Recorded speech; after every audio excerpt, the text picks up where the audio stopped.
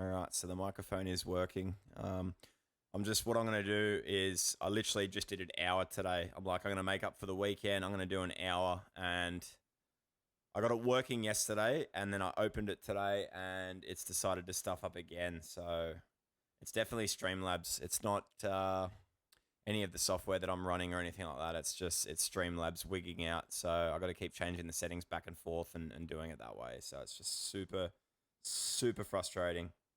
I've literally got to test it every time and do it, and I've just got to get into the habit of doing it. So yeah, but then I tested it and it worked, and then I did it, and but anyway, look, what I ended up doing, just to give you guys a run through, I'm just basically going to do a run through because I've done the time and I feel like beating my head against the wall with this song now. But basically what you guys have missed, what I've done is I've added the chords in the drop that kind of transition through into the outro.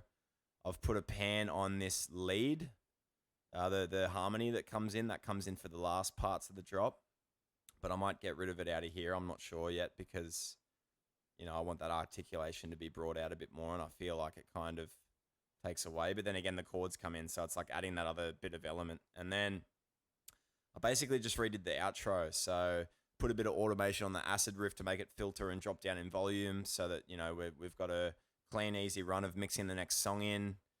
Redid the effects in those sections as well, and took some of the hats out, just got rid of them, the kind of clucky, perky sound that was creating a bit of an open feel.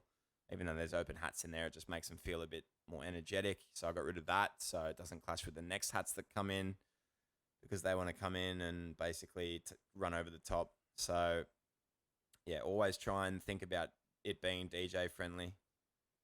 And then I added these harmonies through here, but I'm unsure about them as well. So I'll play it through, and then you guys can have a listen and let me know what you think. Please let me know what you think, because I'm starting to really struggle with what to do with this now. Like, it's getting there, but at the same time, it still needs a lot of work. So yeah, anyway, I'll play it and have a listen.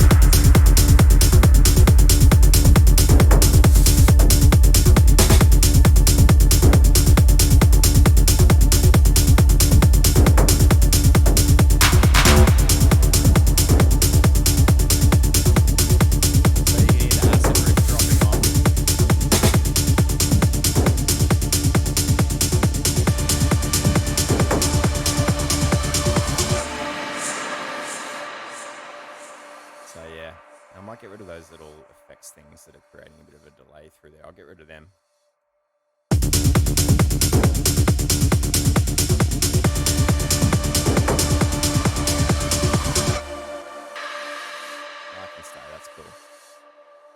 yeah, just that kind of stuff, fun stuff, just making it a bit more transitionable. The other things that I did that I'll run through really quickly. Like I said, I apologize again, guys. It's just going to be a short video because I'm still trying to just get to the bottom of this, but it's just going to be a matter of checking everything every time I do it because it's just super annoying. I added Sugar, which is a multiband distortion unit, and I'll A and B it so you can hear what it's actually doing. Really good plugin. Really good plugin. And yeah, it's saturation / distortion unit, but it's really crisp. It's really nice. So this is without it, sorry. And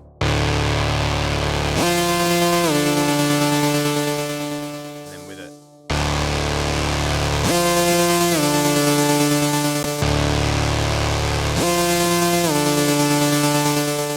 I'll bring that one through a touch as well.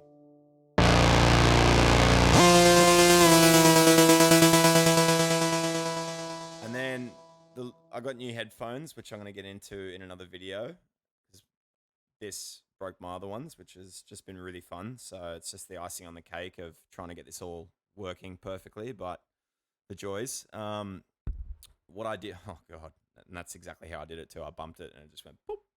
So what I did was I added this vinyl distortion because it adds stereo width, funnily enough. So if you use the drive knob, you can actually add almost like a Haas effect without really being a Haas effect. And then always just slap a utility on it, whether it's at the end of the chain, doesn't matter. Just check that it works in mono because it's very hit and miss.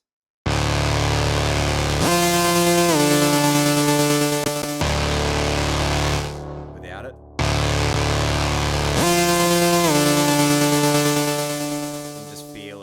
Out to the sides, which is really nice. It's what we want. We want to make it feel bigger than what it is because it's basically a mono lead. There's 3 oscillators. They've all got one voice. There's no unison.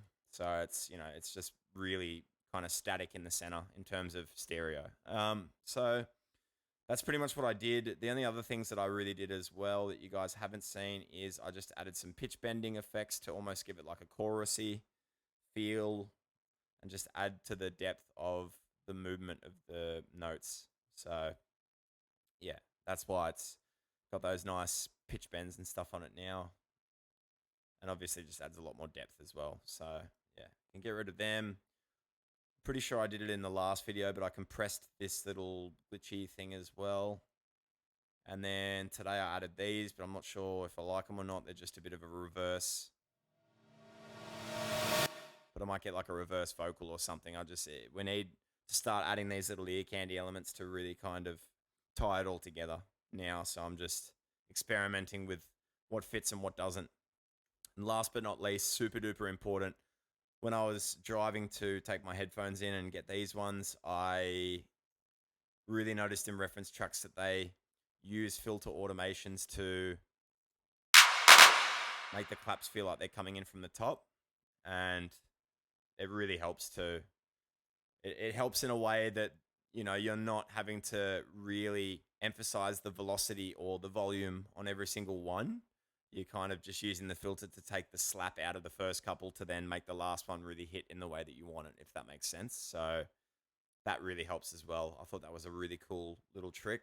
Whether they do it or not, I could be wrong, but I feel like that's what I was hearing, and I've done it with this, and it just kind of makes them hit in the right spot, I should say. So yeah, that's why they kind of feel like they come down from the ceiling type thing. What else have I done?